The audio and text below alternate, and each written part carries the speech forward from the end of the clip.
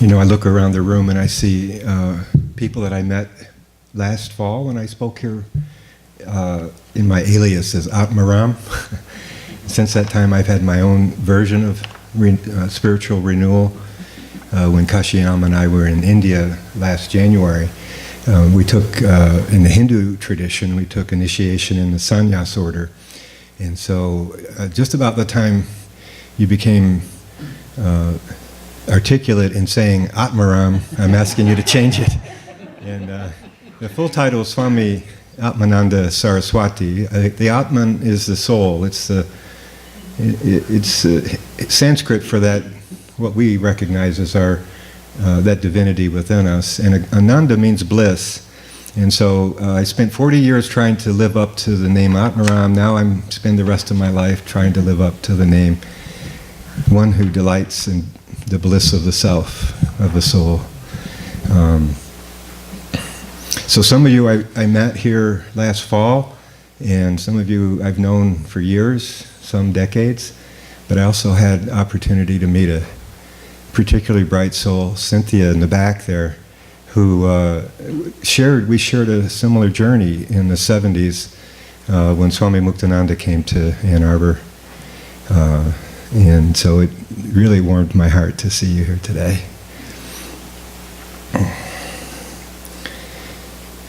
So, what time should I wrap up?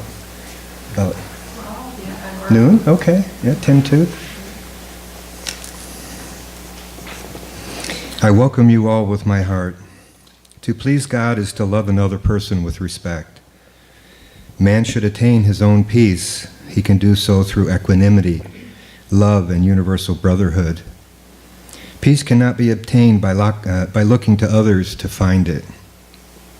If a doctor takes medicine, the patient will never be cured.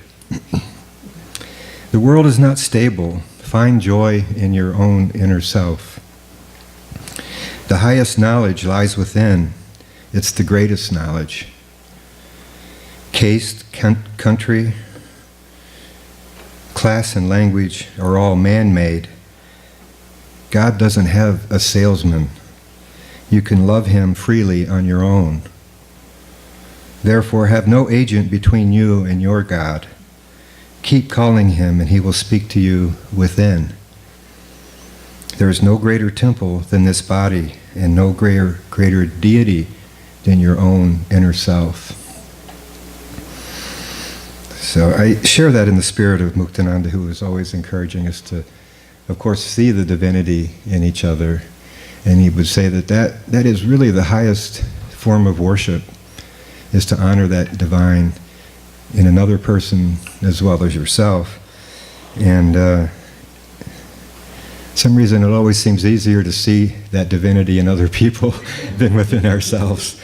And that sometimes is just how it is. So I'm still getting accustomed to speaking in public. And so bear with me, because I have notes here. But today's topic is nature and the dynamics of self-renewal, spiritual self-renewal. And I know as spiritual people, sometimes we struggle with that notion. What should I be doing? We put expectations on ourselves, and I hope today's sermon in some way frees you of that worry. It gives you confidence of your connection with that vital energy, with spirit. Nature is a powerful model for understanding the dynamics of spiritual renewal. The same vital energy that pervades all of nature is also within all beings. While affected by a variety of influences and tendencies, our limited self-identity is always being transformed into becoming something more expanded, unified, and closer to our true self. The same vital energy that we see at play in the outer world of nature is also coursing through every aspect of our being. We're a product in infinite ways with this vital energy. It's called by many names in various spiritual cultures, such as the Holy Spirit, Shakti, Kundalini, Prana, Prakriti, these are more Eastern terms, but also Mother Nature or life force. It's a feminine type of energy. And even in Star Wars movies, they simply say the Force. When Obi-Wan Kenobi was explaining it to Luke, he said, Luke, the Force is an energy field created by all living beings. It surrounds us, it penetrates us, and binds the galaxy together. Connection with this vital energy is the birthright of all creation. You and I are never separate from it. And yet apparently we have difficulty identifying and abiding in that. We settle instead with identification with a contracted subject-object duality that often keeps us in separation in some form of misery or discomfort. This life force is also described by various scriptures as being youthful, innocent, playful, dynamic, and free. It's unlimited. The same characteristics of a child, the innocence of a child. And the scriptures remind us to enter the kingdom of heaven, we must have that attitude of children, which comes so naturally for them. And is really our natural state of being. This life force possesses unlimited powers of creation, maintenance, and destruction. The ability to contract consciousness into that feeling of separation and to expand consciousness to include connection with everything that is.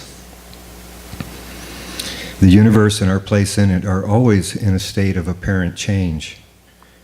We are all suffering the same, we are all surfing. Let's surf, let's not suffer. We're all surfing the same waves of this vital energy. And if we so choose, we can either resist it or surrender ourselves to it. You've heard the expression that grace is always available to us. It's just a matter of choice. Each of us in every moment have the opportunity to move in the direction of our greatest potential, to identify with our innate connection with the higher self. When we say we're communing with nature, aren't we really saying we're letting go of our limited, contracted identity in order to experience a greater unity, a greater harmony, and an intimate connection with everything that is? Doesn't nature have amazing ability to connect us, to remind us in that way? It's a mirror of our own inner development. The same processes occur within.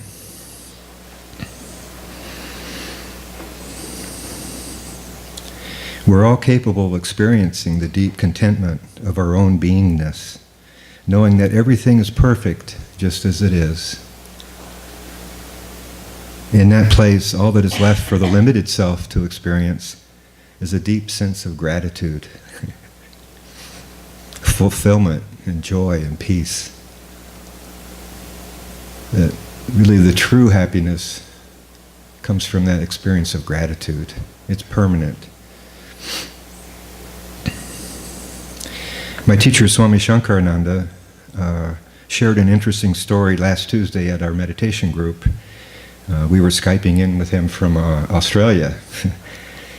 And I told him I was giving this talk, and he said, I've got something you can share. So I want to share a story that speaks to nature's ability to bring about spiritual renewal. And it starts with a philosopher named John Stuart Mill. He was a 19th century utilitarian philosopher. He was a follower of Jeremy Bentham, and they had the noble belief that all action should aim to promote the greatest happiness for the greatest number of people. Boy, that's a very noble goal. And their utilitarian philosophy called for social reforms such as improvements in gender relations, higher wages, the protection of free speech, women's suffrage, and a revolt against the paternal educational system of the time. This was almost 200 years ago, and yet these issues are still relevant to us today. Freedom fighters. In 1826, Mill suffered what he called a crisis in mental history. Dark night of the soul, perhaps. He explains that his depression stemmed from a fear that if a perfect society were ever achieved, he still wouldn't experience great happiness and joy. He sensed there was something deeper than just taking care of our outer needs. He sensed that his lifelong goal would not result in the end that he had hoped for. So to work your whole life for the welfare and benefit of other people and never live to see it come to fruition was troubling for him. It seemed that the algebraic way that his teacher Bentham went about determining the greatest good seemed to deprive Mill from experiencing the essence of life and the appreciation for the fundamental beauty that life holds, something he called perennial happiness. Perennial meaning everlasting, always there. The scriptures and the teachers all tell us that that's only found within. That if we try to find it in outer world arrangements, outer world situations, that it's always fleeting, it's always in a constant state of change. He was experiencing a kind of existential crisis. Mill's mental breakdown lasted several years until he started reading the poetry of William Wordsworth. Are you familiar with him? He was a major English Romantic poet who helped launch the Romantic age in English literature. He is remembered as a poet of spiritual and epistemological speculation, a poet concerned with the human relationship to nature. Mill said he was saved by Wordsworth poetry and had this to say about the effect it had on him. So this is quoting Mill.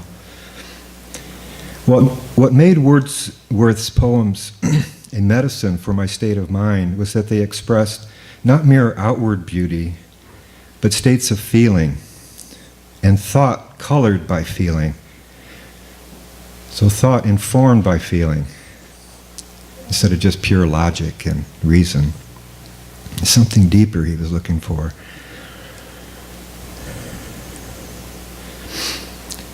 They seem to be he's referring to the poems again, he said, they seem to be the very culture of the feelings which I was in quest of.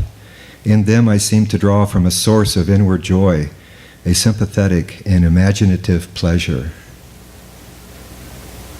which could be shared by all human beings, which had no connection with struggle or imperfection, but would be made richer by every improvement in the physical or social condition of mankind. From them, I seemed to learn what would be the perennial source of happiness. When all the greater evils of life shall have been removed, I needed to be made to feel that there was real, permanent happiness in tranquil contemplation. He said, Wordsworth taught me this. So here's a guy who had the highest intention for the betterment and welfare of humankind, and yet he was still unsatisfied with his understanding of what really gave him abiding peace.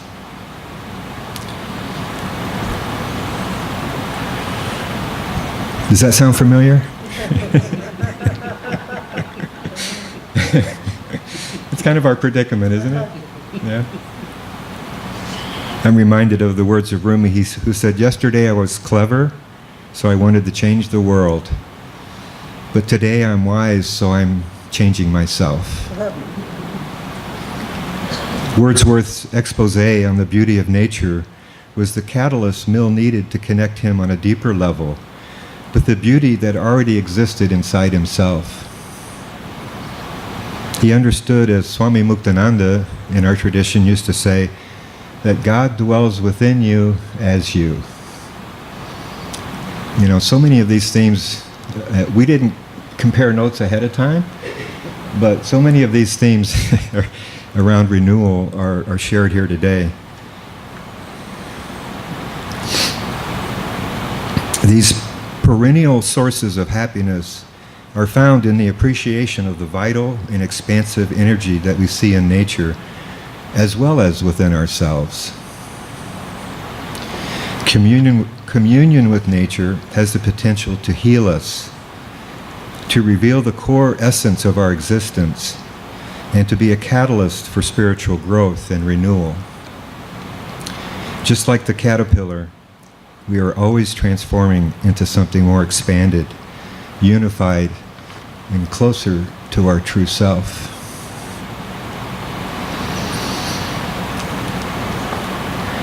So, I'll share a dichotomy that a Hindu monk is going to read from the Bible. I've got some quotes. Unfortunately, a lot of the Christian text has scared the hell out of us with this paternal, patriarchal God that we should fear. And so that word God tends to take on a kind of a frightening connotation. And so I apologize for using that word, but I'm quoting scripture, so it's okay.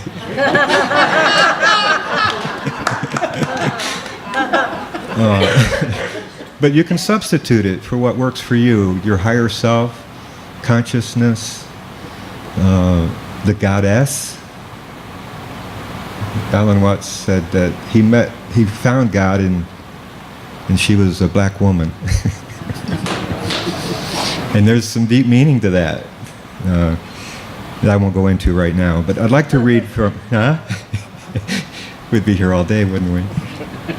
I'd like to read from Matthew 6:25 through 34. And I'm sure most of you have read this or heard this before, but I find it very inspiring with today's topic. And with the last meditation about worrying. Because if we're truly connected with Spirit and we surrender our limited selves to that higher vital energy, what's there to worry about? And I like these passages from the Bible that share this same sentiment. Therefore I tell you, do not worry about life, what you will eat or drink, or about your body, what you will wear. Is not life more than food, and the body more than clothes? Look at the birds of the air. They do not sow or reap or store away grains in barns, and yet the Heavenly Father feeds them. Are you not much more valuable than they? Can any one of you, by worrying, add a single hour to your life? And why do you worry about clothes? This is my rebellion. Al and I are on a pact to just freak you out with our clothes. And why do you worry about clothes? See how the lilies of the field grow. This is the lily of the field sermon, right? It's so popular this time of year. They do not labor or spin. Yet I tell you that not even Solomon in all of his splendor was dressed like one of these lilies of the field. If that is how God clothes the grasses of the field, which is here today and tomorrow thrown into the fire, will he not as much clothe you? You of little faith, it says. I doubt that. But. So do not worry, saying, what shall we eat, or what shall we drink, or what shall we wear? For the pagans run after all these things, and your heavenly Father knows that you need them. But seek first his kingdom and his righteousness, and all these things will be given to you as well. There's an abundance secret in there, isn't there? Therefore, do not worry about tomorrow, for tomorrow will worry about itself. I love that. Each day has enough trouble of its own. And here's another popular quote from Ecclesiastes chapter 3, verse 1 through 13. It says, There is a time for everything and a season for every activity under heavens. A time to be born and a time to die. A time to plant and a time to uproot. A time to kill and a time to heal. A time to tear down and a time to build. A time to weep and a time to laugh. There's a time to mourn and a time to dance. A time to scatter stones and a time to gather them. A time to embrace and a time to refrain from embracing. A time to search and a time to give up. A time to keep and a time to throw away. A time to tear and a time to mend. A time to be silent and a time to speak. A time to love and a time to hate. A time for war and a time for peace. What do workers gain from their toil? He goes on, he says, I have seen the burden God has laid upon the human race. He has made everything beautiful in its time. He's also set eternity in the human heart. Yet no one can fathom what God has done from beginning to end. I know that there's nothing better for people than to be happy and to be good while they live. That each of them may eat and drink and find satisfaction in all their toil. This is the gift of God.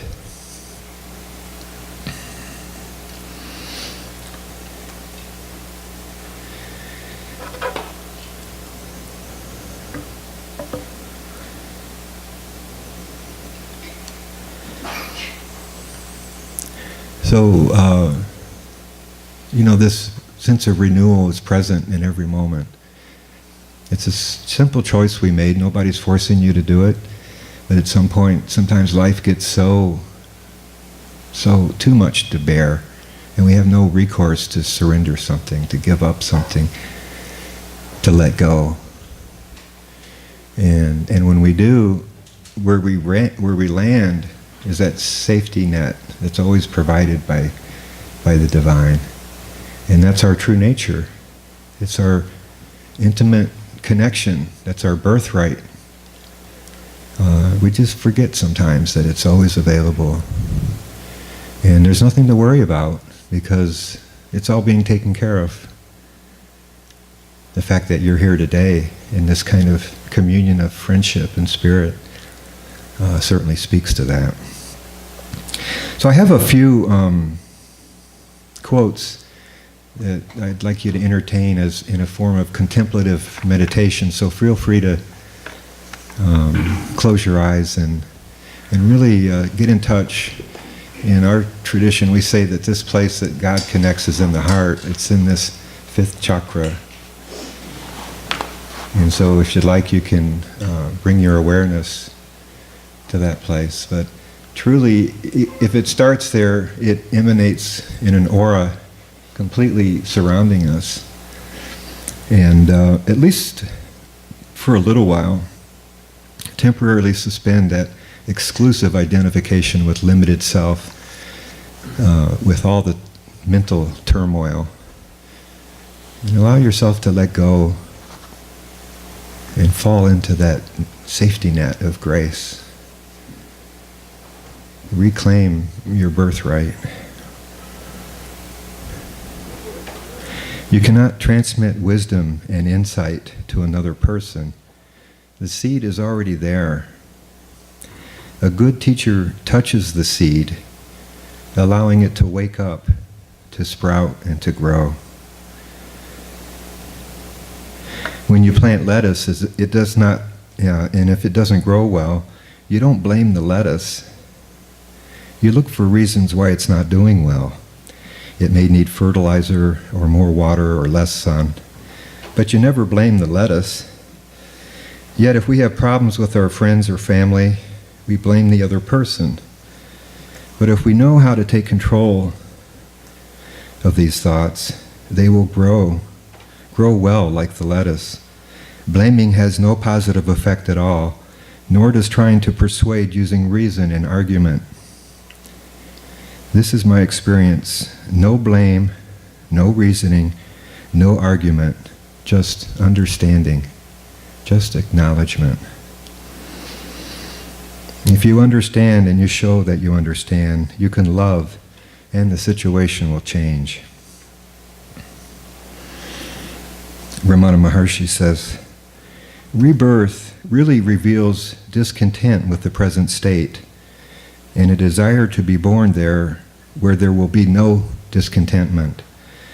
The discontent is due to the wrong identification of the eternal self with our perishable bodies. This is from Seth, from Jane Roberts. She says, now you have some idea in your head that good is gentle and bad is violent, and that no violence can be good. And this is because in your mind, violence and destruction are the same thing.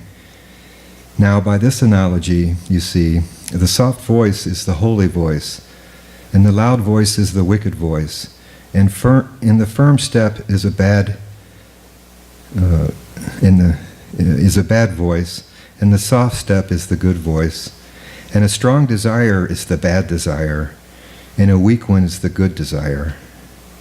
So that you become afraid of projecting ideas outward or desires outward, for in the back of your mind you think that what is powerful is evil, what is weak is good, and must be protected and coddled and prayed for or begged for. Instead, I'm telling you that the universe is a good universe, that it knows its own vitality, and that vitality is within you. You can encourage it freely. It does not need to be coddled. Your own nature is a good nature, and you can trust it. You never see butterflies socializing with caterpillars.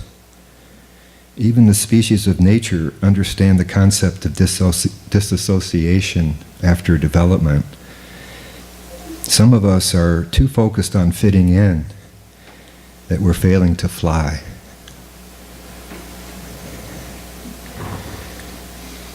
Sleep is not ignorance. It is our pure state. Every day we surrender our waking state to sleep. That nourishment that we get, we actually drop all the mental activity for a little while. It's programmed in all of us and most creatures.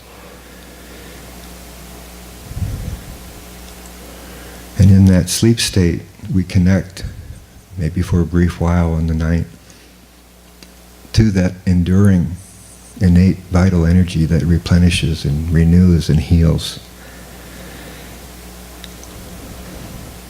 So in that sense, Ramana Maharshi says, wakefulness is not knowledge, it's ignorance, because it takes us away from our true nature. There is full awareness in sleep and total ignorance in waking. Let's take a nap. Your real nature covers both and extends beyond them. The self is beyond both knowledge and ignorance. Sleep, dream, and waking states are only modes passing before the self. They proceed whether you are aware of them or not. All of these experiences of waking, dream, deep sleep state, the one thing that's consistent is the inner self, the witness of it, because these experiences arise from that higher place. They appear to be sustained for a while, but then eventually they dissolve back into that original state. And so they're fleeting and impermanent. And we're just asking to allow us to connect to that which is permanent within.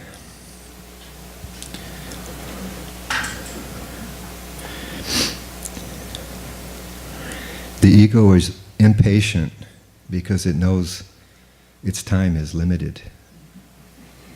The spirit is patient because it knows it's eternal. So we don't have to be impatient for our growth or coddle our renewal. It's coursing through us. We can nourish it, fertilize it like we fertilize a plant, take care of it, and we can choose in any moment